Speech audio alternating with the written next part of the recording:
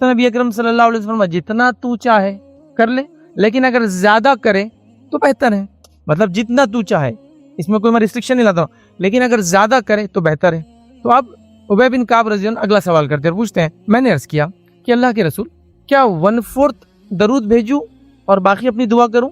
مطلب 1/4، مطلب اگر کوئی چیز کے 4 حصے ہیں تو ایک حصہ میں آپ پہ درود بھیجوں، 3 حصے اپنی دعا کروں. مطلب اگر 4 دعائیں آپ کو کرنا ہے تو 1 درود ہے اور 3 دعائیں ہیں، تو کیا میں 1/4 درود بھیجوں اور یہ کروں؟ تو اللہ کے رسول صلی اللہ علیہ وسلم فرمایا تو جتنا پسند کرے بہتر ہے، لیکن زیادہ کرے تو اچھا ہے. تو پھر انہوں نے اگلا سوال کیا، اللہ کے رسول آدھا بھیجو پھر، مطلب اگر 4 دعائیں کرنا ہے تو 2 درود اور 2 ہی دعائیں کروں، مطلب 2 اس میں اپنی دعا اور 2 آپ پہ درود. تو اللہ کے رسول صلی اللہ علیہ وسلم فرمایا تو جو بہتر سمجھے، جو پسند کرے اتنا بھیج، لیکن زیادہ بھیجے تو بہتر ہے.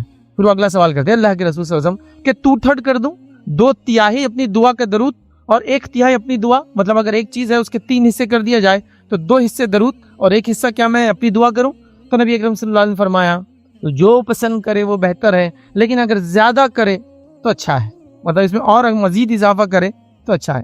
تو فرماتے اللہ کے رسول صلی اللہ علیہ وسلم میں اپنی اب دعا ہی نہیں مانگوں گا، میں صرف آپ پر درود بھیجوں گا جب بھی مجھے کوئی مسئلہ ہو. تو نبی اکرم صلی اللہ علیہ وسلم فرماتے ہیں، اور آپ نے جب کہا کہ میں اپنی دعا کے بجائے صرف آپ پہ درود بھیجوں گا، تو آپ نے فرمایا تو پھر تو تمہارے غموں کی کفایت کی جائیں گی اور تمہارے گناہ معاف کر دیے جائیں گے. پھر تو تمہارے غموں کی کفایت کر دی جائیں گی.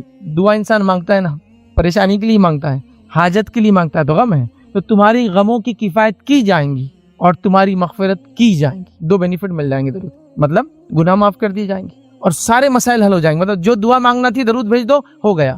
اسی لیے آپ دیکھیں گے اہل عرب میں یہ خاص ہے، کوئی بھی چیز بھولیں گے، کوئی مصیبت آئیں گے، کچھ ہوں گی تو درود پڑھنا شروع کر دیں گے، دعا نہیں کرتے ہیں کبھی. اللہم صلی علی محمد، مثال کے طور پر آپ کسی عرب سے پوچھیں ارے فلاں چیز کہاں ہے، اللہم صلی علی محمد وعلی آل محمد، وہ دعا درود شروع کر دیں گے. مطلب وہ دعا کر رہا ہے ایکچولی وہ، لیکن وہ درود کی شکل میں کر رہا ہے اس حدیث کے ماتحت کہ میں اپنی دعا کیوں کروں، میں سیدھا درود بھیجوں گا تو میری غموں کی کفایت کی جائیں گے، میری مغفرت کی جائیں گے، تو میرے 2 فائدے ہو جائیں گے. آپ سمجھ رہے ہیں؟ وہ درود پڑھ دینا فوراً. تو ان میں وہ عادت ہے، بہرحال ایک چونکہ وہ کلچرل ہے، علم رکھتے ہیں تو ان کے اندر وہ سب چیزیں کلچرل ہے. یاد رکھیں ہمارے پاس ایسی عادتیں، اللہ رحم کرے، برائی، گالی گلوچ، دوسرے گندے الفاظ کے لیے ہم کو بائی ڈیفالٹ یاد ہے، اچھا ہی نہیں نکلے گی منہ سے. اگر کسی نے آپ کو ستا دیا تو آپ اس کو کبھی خاموشی اختیار کریں گے یا خیر کی دعا نہیں کریں گے، بد دعا دے دیں گے فوراً. ہم نے عادت بنا لی ہے، لیکن اچھی بات نہیں ہے. اس نے آپ پہ ظلم کیا، آپ اس کے لیے دعا کریں، خاموشی اختیار ہے، چل اجر دیں گے آپ کو. ہر دھکے پر دعائیں دینے کی ضرورت نہیں. اللہ کے رسول نے عورتوں کو اس چیز سے روکا جو کچھ ہوتے ہی بس وہ کوسنے بیٹھ جاتی ہے نا، تمہارا بیڑا غرق ہو، تمہارے ساتھ تو یہ ہو، ان کے بچے برباد ہو جائے، یہ محلہ سب لوگ فلاں ہو جائے، ہوتا ہے نا، تھوڑی سی چیز ہو جائے نہیں کرنا چاہیے، اس لیے کہ آپ نہیں جانتے وہ مستحق نہیں تھا، اس بددعا کا بددعا ریٹرن آتی ہے. مہریت تو درود کا معاملہ، تو اگر اپنی دعاؤں کے بدلے میں اور آپ صرف درود ہی مانگ لیں، درود ہی پڑھ دے تو کافی ہو جائے گا. کفایت بھی کی جائیں گی غموں کی، گناہ بھی معاف کر دی جائیں گی. تو اب یہ بہت بڑی چیز معلوم ہے. ایک تو فرشتوں کی دعا ملی 70 مرتبہ، اللہ رب العزت کی دعا مطلب اس کا فضل ملا، درود ملا 70 مرتبہ، اور اس کے علاوہ یہ فضیلتیں ہیں کہ دعا کے بدلے اگر یہ کر لے تو. چلیے آگے بڑھتے ہیں.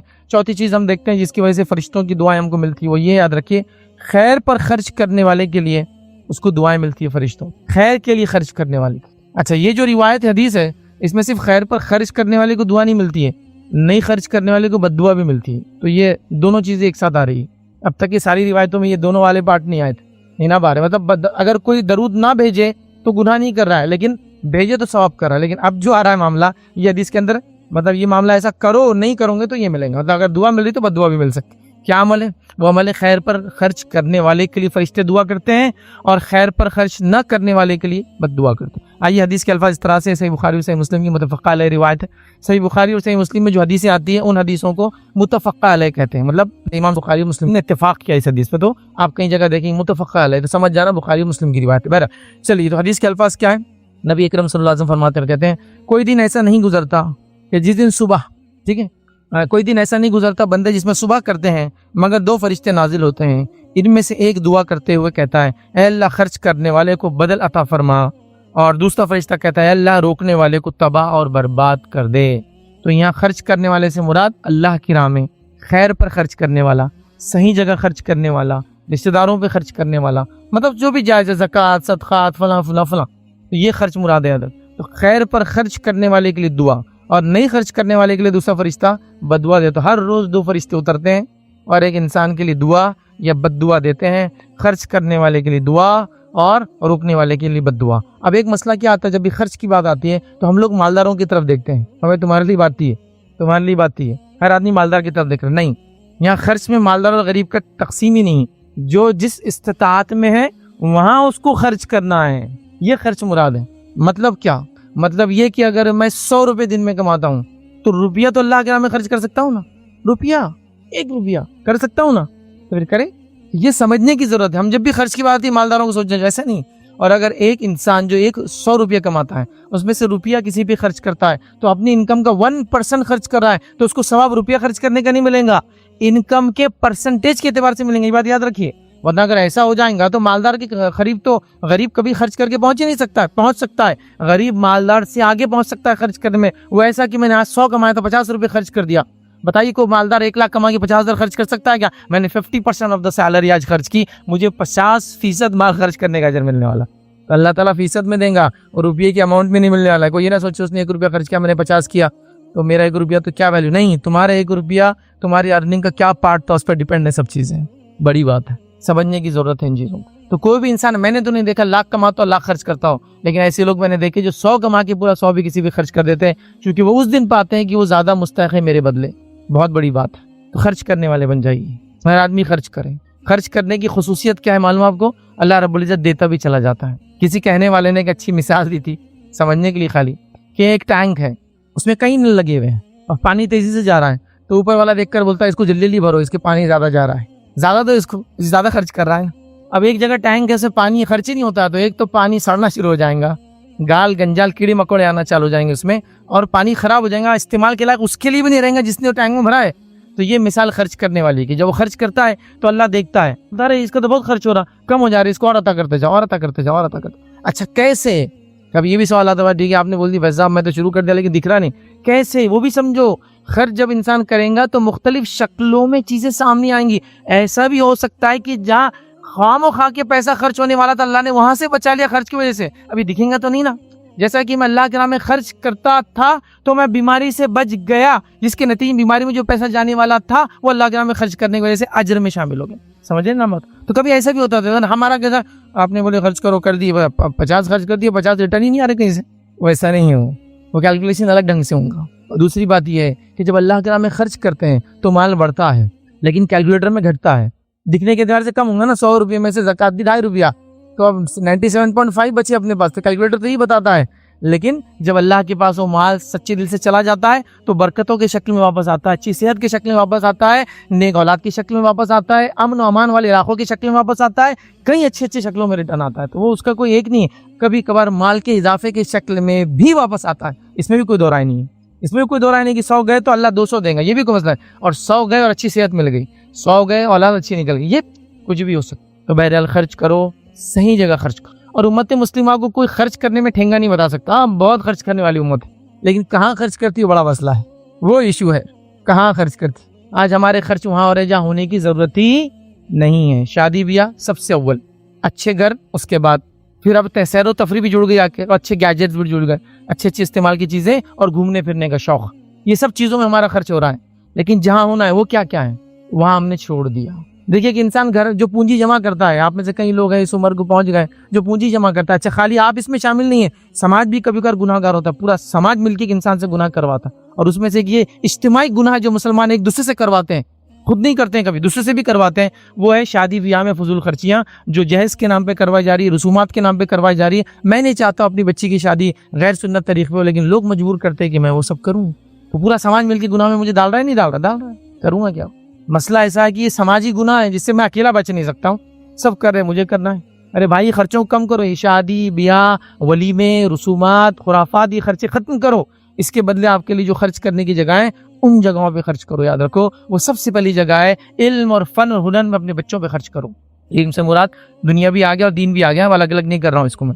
سب سے پہلا مستحق جہاں پیسہ خرچ ہونا یہ ہے، چونکہ اگلی نسلیں جب علم اور ہنر اور فن میں آگے رہیں گی تو وہ اور کمائیں گی اور اپنی اگلی نسلوں کو لے کر چلیں گی، یہ بڑی اہم چیز ہو گیا تھا۔ اس کے علاوہ آپ کے خرچ کے مستحق ہیں پھر وہ لوگ جن کو اللہ رب العزت نے دنیا کے اندر مال کا مستحق بنایا ہے، ان پہ خرچ کرو۔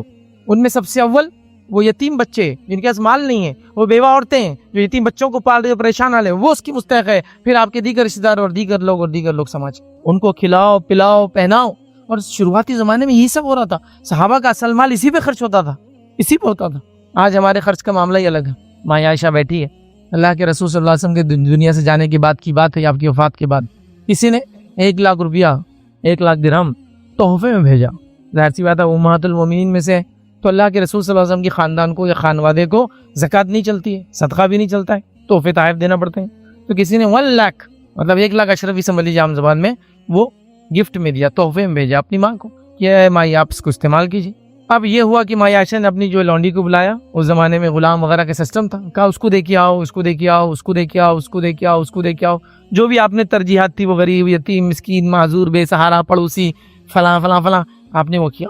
شام ہوئی تو کہا افطار کے لیے کچھ لاؤ. تو کہا افطار کے لیے گھر میں کچھ بھی نہیں ہے. تو کہا 1,00,000 درہم دیے تھے نا کسی نے ہدیے میں آئے تھے نا. تو کہا آپ کا معاملہ ہی ایسا ہے، بس اس کو دے کے آؤ، اس کو دے کے آؤ، اس کو دے کے آؤ، پورے 1,00,000 ختم ہو گئے. کہا ٹھیک ہے کوئی مسئلہ نہیں، ٹھیک ہے کوئی مسئلہ نہیں، آگے بڑھو. تو وہ 1,00,000 درہم ان کے پاس آتے ہیں اور شام میں ان کو افطار کرنے کے لیے پیسے نہیں ہیں، مطلب 100% خرچ کر دیا جو آیا. اچھا یہ جو تحفہ آیا تھا، یہ تحفہ ظاہر سی بات ہے ملکیت ہوتا ہے. تحفہ ایسی چیز نہیں ہے کہ جو آپ بعد میں جس نے تحفہ دیا اس سے پوچھے میں کیا کروں اس کا. تحفہ ملکیت ہوتا ہے، جب آپ کو کسی نے دے دیا تو آپ اس کے مالک بن جاتے ہیں. آپ جو چاہے آپ کریں. ان کو ملے 1,00,000، انہوں نے کسی اور کو دے دیا. آپ سمجھ رہے؟ تو یہ صحابہ کا معمول تھا اور اللہ رب العزت نے ان کو ریٹرن بھی دیا اس کا، اس لیے کہ یہی ماں عائشہ ہے جنہوں نے اس حدیث کو روایت کیا تھا. وہ حدیث کیا تھی؟ نبی اکرم صلی اللہ علیہ وسلم سے ایک مرتبہ آپ نے دیکھا جانور ذبح ہوا، کہا یہ اس کو دے کے آؤ، وہ اس کو دے کے آؤ، وہ اس کو دے کے آؤ، اور آخر میں جو ایک چھوٹا سا حصہ آپ کے لیے بچا تھا. ماں عائشہ نے اللہ کے رسول فرمایا، اللہ کے رسول بس ابھی صرف اتنا بچا ہے، مطلب بہت تھوڑا بچا ہے. تو اللہ کے رسول صلی اللہ علیہ وسلم کہا یہ نہیں، وہ جو گیا وہ بچا ہے. ماں عائشہ کیا کر رہی ہے کہ اتنا بچا ہے، مطلب ابھی ہاتھ روک دے، خود بھی تو کھانا ہے. تو اللہ کے رسول کیا فرما رہے ہیں؟ یہ نہیں بچا، یہ تو سیلف خرچی میں آئے گا، وہ بچا ہے جو گیا ہے. مطلب کیا ہوا سمجھیے بات کو. اگر میں آپ سے کہوں کہ ایک کمپنی اس میں آپ کو انویسٹ کرنا ہے، میں بالکل بھی یہ کہوں گا نہیں کبھی، اور میں نے زندگی میں کہا بھی نہیں یاد رکھے، لیکن اگر آپ سے کہوں ایک کمپنی انویسٹ کرنا ہے، ریٹرنز 700 ٹائمز منیمم، جتنا ڈالوں گے اس کا 700 گنا ملے گا کم از کم. اس کے بعد اور بھی بڑھ سکتا ہے، مور دین 700 بھی ہو سکتا ہے. ایک ڈالنا ہے بس. لمٹ یہ ہے کہ آنکھ بند کرنے کے بعد ملتا ہے، وہ آنکھ بند کرنے سے پہلے نہیں ملتا ہے. مطلب دنیا سے جانے کے بعد اس کے ریٹرن سے، مطلب اس کا لاکنگ پیریڈ آپ کی زندگی ہے. دنیا میں ہوتے ہیں 5 سال 10 سال ریٹائرمنٹ، ویسا نہیں، اس کی لاکنگ پیریڈ ہے آپ کی life and notes 700 times and more than that, مطلب اس سے بھی زیادہ، ملٹیپل آف 700 ٹائمز، 700 کا کئی گنا زیادہ آپ کو ملنے والا ہے. تو دنیا میں تو ہم کر دیں گے فوراً مل رہا ہے تو، لیکن آخرت کے اعتبار سے ہم کوئی حساب نہیں سمجھتا ہے. لیکن صحابہ کو جو ہے یہی حساب سمجھتا تھا، بس دنیا کے حساب نہیں سمجھتے تھے کہ بھائی کتنا ملے گا اور کیسا ملے گا. ان کو یہ حساب سمجھتا تھا کہ یہ ریٹرنس. تو آپ صلی اللہ علیہ وسلم سے آپ نے وہ سنا تھا جو گیا وہ بچا. تو وہاں عائشہ اپنی زندگی میں جو گیا اس کو بچا مان کر سارا خرچ کر دیا کرتی تھی جو آپ کے پاس آتا تھا. اور کئی واقعات ہیں خرچ کرنے کے معاملے میں، مطلب لا تعداد صحابہ کے واقع. وہاں عائشہ ہے، نبی اکرم صلی اللہ علیہ وسلم ہے. ایک مانگنے والے نے آواز دی. اس زمانے میں لوگ یوں ہی نہیں مانگتے تھے، یوں ہی بالکل نہیں مانگتے تھے. بات بالکل طے تھی، کیونکہ اللہ کے رسول صلی اللہ علیہ وسلم کی حدیث سن رکھی تھی، جو بلا وجہ دنیا میں مانگے گا تو قیامت اپنے رب سے ایسے ملے گا کہ چہرے پہ گوشت نہیں ہوں گا. تو کوئی مانگتا نہیں تھا بے وجہ، لیکن ایک آدمی مانگ رہا ہے مطلب جینوین ہے، دینا ہے. عائشہ سوال کرتی ہے ایک کھجور ہے کھانے کے لیے دے دو، مطلب اویلیبل فوڈ دے دیا، کہا دے دو. اندازہ لگائیے میرے سے آپ سے ہو سکتا ہے کہ مطلب اس کی تو میں مثال بھی نہیں دے سکتا ہوں، مثال دوں گا تو صرف آپ ہنسیں گے. مثال بھی نہیں دے سکتا ہوں کہ اگر میں یہ کہہ دوں، ایک سلف کا ایک واقعہ ہے، بہرحال ان کے 10 مہمان آ گئے. اب بیچارے بہت پریشان ہوئے، 10 ہی روٹیاں تھیں ان کے پاس، وہ بھی غریب آدمی، رات میں مہمان آ گئے، کریں گے کیا؟ اور آپ کو پتا ہے نا عربوں کے اندر یہ آج سے نہیں، قدیم زمانے سے نبی اکرم صلی اللہ علیہ وسلم اور اس سے پہلے سسٹم تھا، وہ روٹی گھر پہ نہیں بناتے تھے، ان کے پاس بریڈ باہر سے بن کے آتی تھی. اور آج بھی جتنے عرب کنٹریز ہے اور فرسٹ ورلڈ یورپین کنٹریز ہے سب روٹی باہر سے بناتے ہیں، کہیں گھر میں نہیں بنتی ہیں. تو بنا بھی نہیں سکتے ہیں نا، تو 10 ہی روٹیاں اویلیبل ہیں، 10 لوگ ہیں. اب ظاہر سی بات ہے ایک آدمی ایک سے زائد کھا سکتا ہے، تو بڑے شرمندہ ہوئے. تو کیا کیا؟ 10 روٹی رکھ دی، چراغ بجھا دیا تاکہ ایک ایک جب فرسٹ ٹائم لیں گے پھر اس کا سیکنڈ ٹائم سب سمجھیں گے اس نے لیا فنش. روٹیاں رکھ دی، چراغ بجھا دیا. صبح اٹھ کر دیکھتے ہیں 10 کی 10 روٹیاں جیسی کی ویسی ہیں، چونکہ ہر کھانے والے نے سوچا وہ کھا لے تو اچھا ہے، کیونکہ آنے والوں نے بھی دیکھ لیا 10 روٹیاں چراغ بجھ رہا ہے. تو اندازہ تو دیکھیے، آپ کو بھی اندازہ ہوتا ہے کسی گھر گئے اور وہ بیچارہ چائے بنانے کو بھاگ رہا ہے، دودھ نہیں ہے، فلاں نہیں ہے، بہانے بنا رہا ہے کہ آج تو دودھ والا ہی نہیں آیا فلاں، لیکن وہ بہانے اس کے ہم سمجھ رہے ہیں کہ وہ لا نہیں سکتا، اس کی استطاعت نہیں ہے، تو آپ بھی بولتے ہیں ارے میرے کو تو بہت پسند آتی ہے چائے جو کالی رہتی، بغیر شکر کی رہی تو اور اچھا ہے، اور کچھ نہیں تو مجھے آپ خالی گرم پانی دے دیجئے، مجھے وہ بھی گلا صاف کرنے کے لیے اچھا لگتا ہے۔ آپ سمجھ جاتے سچویشن، تو وہ آنے والے بھی سمجھ گئے سچویشن، تو وہ سوچ رہا ہے وہ کھا لے تو اچھا ہے، وہ سوچ رہا ہے وہ کھا لے تو اچھا ہے۔ اب اگر میں اس کی مثال ہمارے اپنے آپ سے دے دوں، 10 لوگ اور 10 روٹیاں رکھی ہے، اللہ اللہ، ہر آدمی چاہیں گا کہ وہ ایک روٹی کو 1 سیکنڈ میں کھائے گا، دوسری اس کو ملے، وہ ملنے پورنے والی کسی کو بھی نہیں، تو یہ لینے کا مزاج بن چکا، وہاں دینے کا مزاج تھا، اور یہ مزاج ہمارا قومی طور سے بن چکا ہے۔ میں بالکل برائی سے نہیں بول رہا ہوں، لیکن آپ کو یہ میرے بات کو ماننا پڑے گا، مانگنے کا مزاج ہمارے اس ملک عزیز میں ہم مسلمانوں کا قومی مزاج ہے۔ یہ مزاج کی اگر آپ کو مثال دیکھنا ہے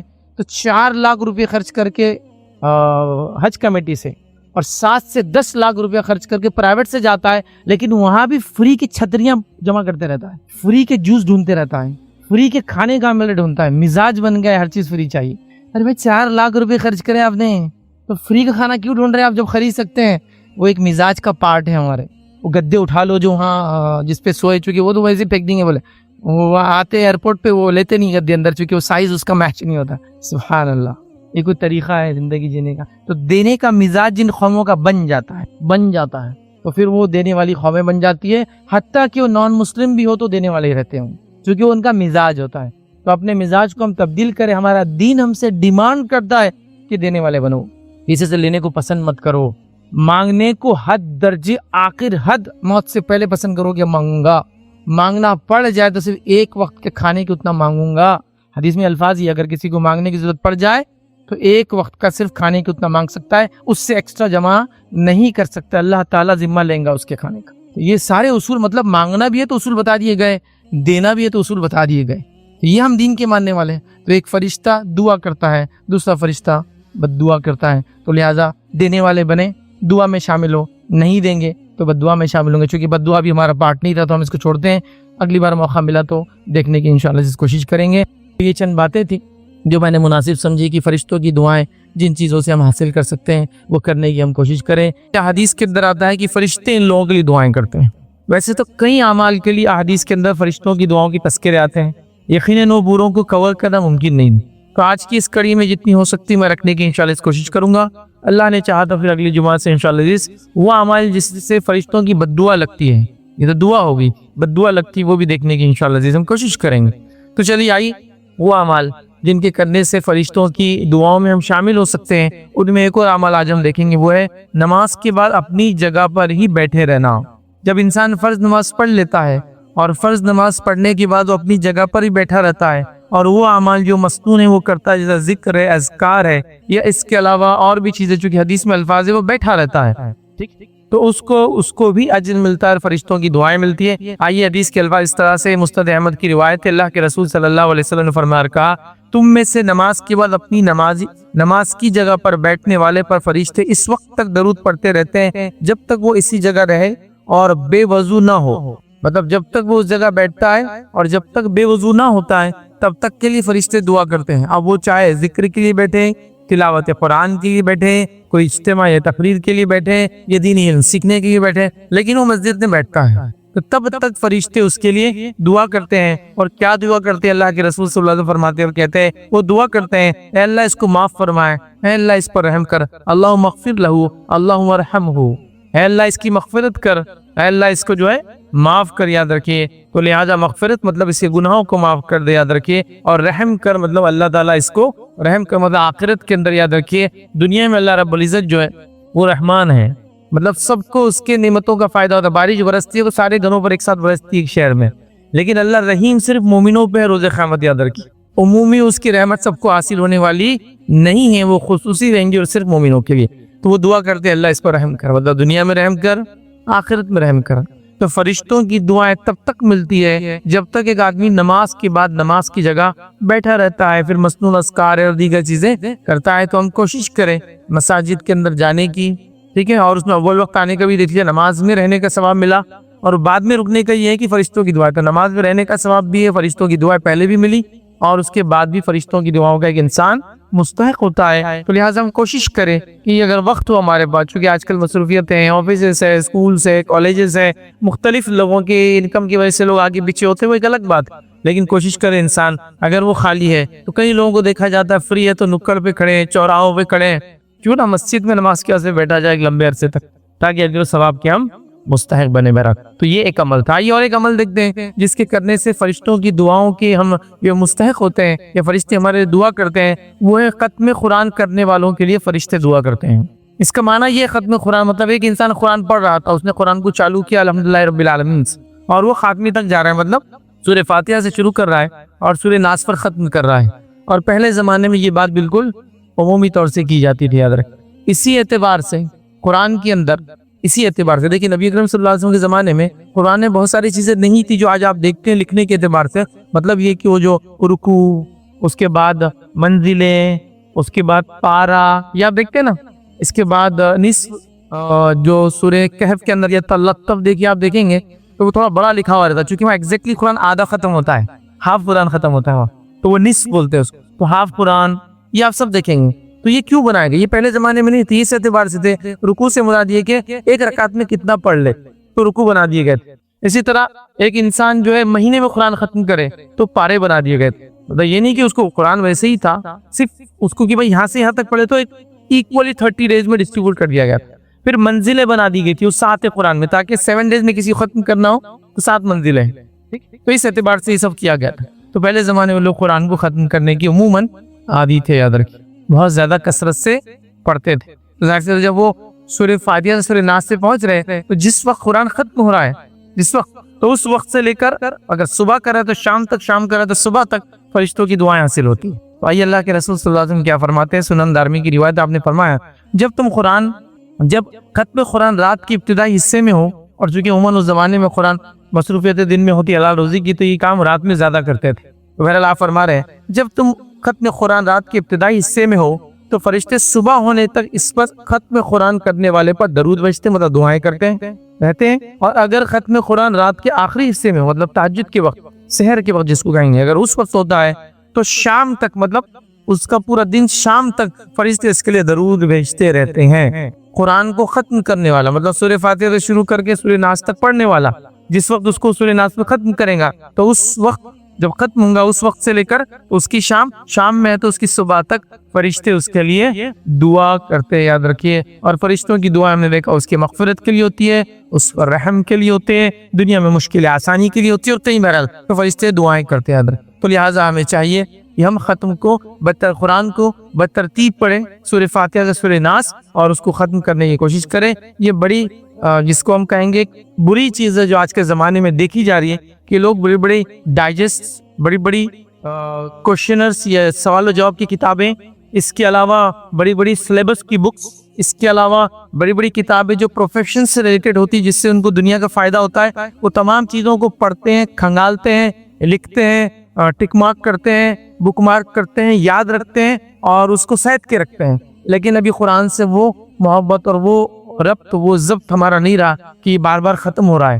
سوچئے، میں کسی بھی الزام نہیں ڈال رہا ہوں، میں بھی اپنے آپ کو اس میں شامل کر رہا ہوں. سوچئے آخری بار قرآن ہم نے کب ختم کیا تھا؟ صرف اس طرح کا آخری بار.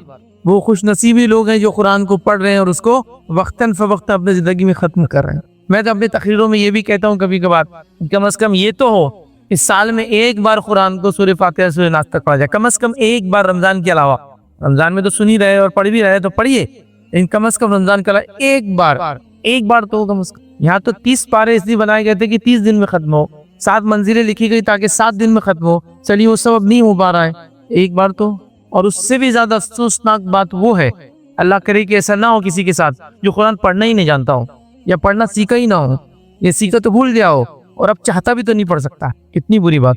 لہٰذا یہ کوئی بدنصیبی نہیں ہے، فوراً اپنی زندگی کی روش کو بدلے، سیکھنا شروع کر دیں. کوئی ایسا کوئی بڑی چیز نہیں ہے نا. دنیا کی شرمندگی ان کی تھوڑی بہت ہو سکتا، کسی کے پاس جاتے بولیں گے اتنے بڑے ہو کے نہیں سیکھ پائے، کوئی مسئلہ نہیں، لیکن آخرت کی شرمندگی سے تو بچ جائیں گے نا. لہٰذا پڑھنے کا معمول بنائیں، بڑی اہم چیز ہے. جو کہ نماز پڑھیں گا تو قرآن پڑھنا ہے، اس میں کئی دعائیں جو قرآن سے ثابت ہیں، قرآن کی مخصوص دعائیں اور مخصوص الفاظ کی کیا فضائل ہیں، اس پہ پورے میرے ایک لیکچر سے قرآن کے مخصوص الفاظ کے فضائل، قرآن کے مخصوص آیتوں کے فضائل یاد رکھیں، قرآن کی مخصوص جملوں کے فضائل. تو میں نے ایسے پورے 2-2 گھنٹے کے لیکچرز تک کبھی اس کو دیکھ تو میرا قرآن ختم کرنے کا ایک معمول بنا. آئیے تیسرا کام جو کرنا ہے جس سے فرشتوں کی دعائیں مجھے اور آپ کو حاصل ہوں گی، وہی یاد رکھیے نبی اکرم صلی اللہ علیہ وسلم پر درود بھیجنے سے فرشتوں کا درود ہم کو حاصل ہوتا ہے. نبی اکرم صلی اللہ علیہ وسلم پہ صلوات بھیجنے سے، جس کو درود بولتے ہیں، درود ابراہیمی اور بھی درود یاد رکھیے جو ثابت ہے، تو ہمیں فرشتوں کی دعائیں حاصل ہوتی ہے. آئیے نصرت احمد کی روایت ہے، اللہ کے رسول صلی اللہ علیہ وسلم فرماتے اور کہتے ہیں جس شخص نے رسول اللہ صلی اللہ علیہ وسلم پر ایک مرتبہ مطلب آپ پر دعا جو ہے درود پڑھا، اللہ تعالیٰ اس کے فرشتے اس پر 70 مرتبہ درود بھیجتے ہیں. ایک مرتبہ اللہ کے رسول صلی اللہ علیہ وسلم پہ درود بھیجنے کا فائدہ یا فضائل یہ 70 ٹائمز اینجل اور خود اللہ رب العزت بھی، فرشتے اور اللہ رب العزت بھی آپ پر درود بھیجتے ہیں. رحمت کی دعائیں، برکت کی دعائیں، مغفرت کی دعائیں ملتے رہتی ہے اگر ایک بار نبی اکرم صلی اللہ علیہ وسلم پر ہم درود بھیجتے ہیں. تو اس کو معمول بنا لے. اور ایک چیز جو ہم کر سکتے ہیں، جو مخصوص وظیفے میں بھی شامل کر سکتے ہیں آپ. دیکھیے وظائف بہت زیادہ ثابت نہیں، میں پہلے بتا دوں، دعائیں بہت ثابت ہے. ہاں پر وظیفوں کا کوئی چکر چلتا، پورا دین ہی وظیفوں پہ ٹکا دیا ہم نے. لیکن یہ وظیفہ ثابت ہے کہ صبح 10 مرتبہ اللہ کے رسول پہ درود بھیجنا اور شام میں 10 مرتبہ بھیجنا، یہ ثابت ہے وظیفہ. ایک مرتبہ اللہ کے رسول پہ درود بھیجنا 10 درجے بلند ہو جاتے ہیں، 10 گناہ معاف ہو جاتے ہیں. اللہ رب العزت بڑے اس کی فضائل ہے ادرک. تو لہٰذا 10 مرتبہ کم از کم ڈے میں رکھیے. چلیے اب یہ بھی نہیں ہو رہا، نہیں کر پا رہے ہیں، تو کبھی بھی جب دل بولے ایک مرتبہ تو ہو جائے at least in a day. ایک دن میں نبی اکرم صلی اللہ علیہ وسلم جنہوں نے آپ کے اور میرے لیے اتنی قربانیاں دی کہ آخرت میں بھی جو ایک دعا آپ نے اٹھا کے رکھی وہ اپنی ذات کے لیے نہیں ہے، وہ امت کے لیے ہے. تو اتنے شفیق، اتنے مہربان، اتنے رحیم، اتنا سوچنے والے اپنی امت کا، اور امت ایک بار بھی درود نہ بھیجے. باپ نے کچھ کر دیا احسان تو زندگی بھر یاد کر رہے ہیں، چچا نے احسان کر زندگی بھر شکریہ ادا کر رہے ہیں کہ چچا کا احسان تھا. نبی اکرم صلی اللہ علیہ وسلم پر ایک بار درود بھیجنا یہ دعا ہے نا. جیسا آپ احسان کو یاد کر رہے ہیں تو یہاں اپنے نبی کو یاد کرنا ہے نا، یہ شکرانے میں ہے. آپ پر درود بھیجنا، اس کے خود ہم کو بھی فائدے ہیں لیکن بھیجنا چاہیے. ہم اس معاملے میں بھی کوتا ہو گیا، بڑے کوتا ہوگا. تو درود بھیجنا، اللہ کے رسول صلی اللہ علیہ وسلم ایک مرتبہ کا درود 70 مرتبہ کی دعائیں لاتا ہے. اب صبح شام 10 والا وظیفہ آپ کر لے جو ثابت ہے، یہاں تو 70 کے حساب سے ملٹیپل ٹائم کرتے جائیے. اور کچھ علماء لکھتے ہیں جو 70 کی بات آتی ہے نا حدیث کے اندر، یہ انلمیٹڈ کے لیے ہوتا ہے، بہت زیادہ کے لیے بھی استعمال ہوتا ہے عربی زبان، بہت انلمیٹڈ بینیفٹس. بہرحال اس کو بھی کرنے کی کوشش کریں. نبی اکرم صلی اللہ علیہ وسلم پہ ہم درود بھیجیں. اب آئیے درود کے بارے میں چونکہ میں نے بات کی، مختصر سا درود کا فضائل رکھ دیتا ہوں. اور جمعہ کے دن درود کے بڑے فضائل یاد رکھ. خاص اللہ کے رسول نے خود فرمایا کہ جمعہ کے دن مجھ پہ درود بھیجا کرو. تو جمعہ کے دن تو خاص کریں، عام دنوں میں بھی کریں، لیکن درود کی ایک فضیلت آتی ہے، یاد رکھ. وہ کیا ہے؟ بڑی فضیلت ہے. ابی بن کعب رضی اللہ عنہ یہ فرماتے اور کہتے ہیں میں نے نبی کریم صلی اللہ علیہ وسلم کا سوال کیا، یا رسول اللہ صلی اللہ علیہ وسلم میں آپ پر بہت زیادہ درود پڑھنا چاہتا ہوں، تو اپنی دعاؤں کا کتنا حصہ دعا کا رکھوں اور کتنا حصہ درود کا رکھوں؟ مطلب میں آپ پر درود بھیجنا چاہتا ہوں، تو میں جب دعا کرتا ہوں اللہ تعالیٰ سے اپنی حاجت طلب کرتا ہوں، تو کتنا پارٹ اپنی دعا کروں اور کتنا پارٹ آپ پر درود بھیجوں؟ کیا آپ مشورہ دیں گے؟ تو نبی اکرم صلی اللہ علیہ وسلم جتنا تو چاہے کر لے، لیکن اگر زیادہ کرے تو بہتر ہے. مطلب جتنا تو چاہے، اس میں کوئی میں ریسٹرکشن نہیں لاتا، لیکن اگر زیادہ کرے تو بہتر ہے. تو آپ ابی بن کعب رضی اللہ عنہ اگلا سوال کرتے ہیں، پوچھتے ہیں میں نے عرض کیا کہ اللہ کے رسول کیا 1/4 درود بھیجوں اور باقی اپنی دعا کروں؟ مطلب 1/4، مطلب اگر کوئی چیز کے 4 حصے ہیں تو ایک حصہ میں آپ پہ درود بھیجوں، 3 حصے اپنی دعا کروں. مطلب اگر 4 دعائیں آپ کو کرنا ہے تو 1 درود ہے اور 3 دعائیں، تو کیا میں 1/4 درود بھیجوں اور یہ کروں؟ تو اللہ کے رسول صلی اللہ علیہ وسلم فرمایا تو جتنا پسند کرے بہتر ہے، لیکن زیادہ کرے تو اچھا ہے. تو پھر انہوں نے اگلا سوال کیا، اللہ کے رسول آدھا بھیجو پھر، مطلب اگر 4 دعائیں کرنا ہے تو 2 درود اور 2 ہی دعائیں کروں، مطلب 2 اس میں اپنی دعا اور 2 آپ پہ درود. تو اللہ کے رسول صلی اللہ علیہ وسلم فرمایا تو جو بہتر سمجھے